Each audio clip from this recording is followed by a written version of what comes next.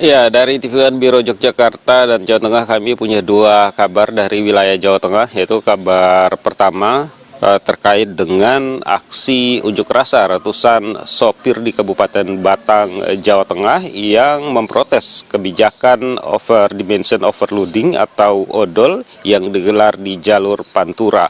Dalam aksi tersebut, para sopir sempat menutup dua ruas jalan Pantura dan menyebabkan arus lalu lintas di wilayah tersebut lumpuh total. Pemirsa, seperti inilah penampakan dari udara. Terlihat ratusan truk menutup jalur Pantura Alas Roban, Subah, Kabupaten Batang, Jawa Tengah. Dengan melakukan aksi parkir berjamaah tidak beraturan, membuat jalur Pantura dari dua arah lumpuh total. Aksi ini dilakukan pada Jumat pagi hingga menjelang sore. Para sopir truk menuntut agar peraturan yang mengatur odol dicabut dan pemberlakuan over dimension overloading atau odol ini ditiadakan. Mereka mengancam akan bertahan dan menutup jalur Pantura jika tidak ada solusi.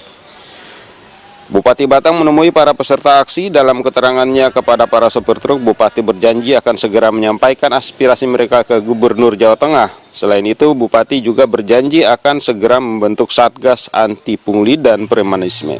Usai ditemui oleh Bupati, para sopir truk kemudian membubarkan diri, namun mereka akan kembali melakukan aksi jika kedepannya ada sopir truk yang diproses hukum saat membawa muatan berlebihan.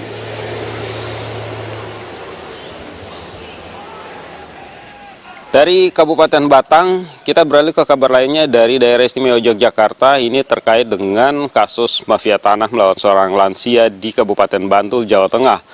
Kabupaten Bantul, daerah istimewa Yogyakarta. Pemirsa, setelah 2 bulan dilaporkan ke aparat kepolisian, akhirnya Polda DIY menetapkan 7 orang tersangka dalam kasus mafia tanah yang dialami oleh Mbah Tupon, seorang lansia di Kabupaten Bantul.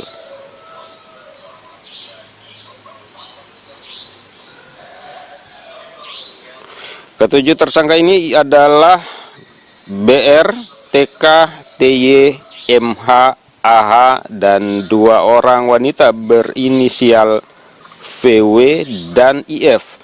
Namun dari 7 tersangka hanya 6 yang ditahan, sementara tersangka AH yang merupakan seorang notaris masih menjalani proses pemeriksaan.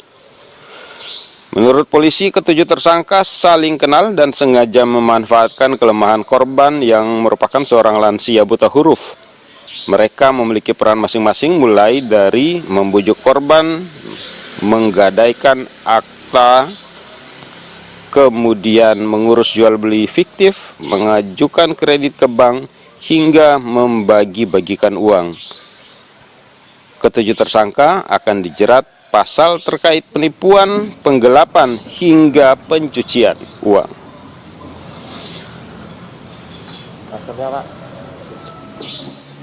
Ya pemirsa, itu tadi 2 kabar yang bisa kami bagi kepada Anda. Selanjutnya kita kembali ke Syahda di Jakarta.